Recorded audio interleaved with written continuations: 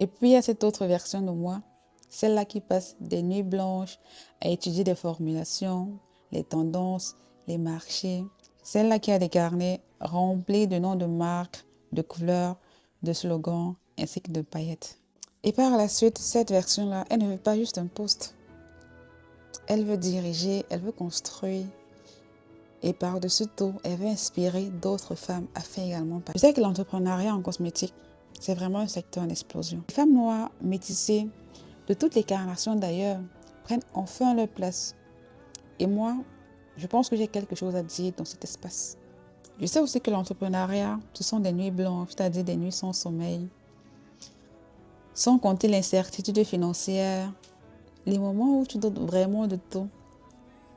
Et quand tu as encore une famille, les doutes sont encore plus présents que jamais. Parce qu'en fait, tu ne portes pas seulement le poids de ta personne, tu portes également le poids des tiens sur toi. Honnêtement, j'ai passé des semaines à chercher la bonne réponse, comme s'il existait une formule adéquate pour.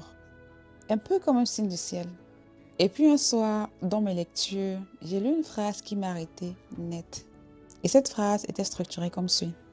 Ce n'est pas le choix que tu fais qui définit ta vie, mais c'est de la manière dont tu vis ce choix qui l'a défini. Là, j'ai compris à ce moment clé que je me posais en fait la mauvaise question. Je passais la plupart de mon temps à me poser la question, qu'est-ce que je dois choisir entre ces deux? En fait, la vraie question était plutôt, qui est-ce que je veux devenir?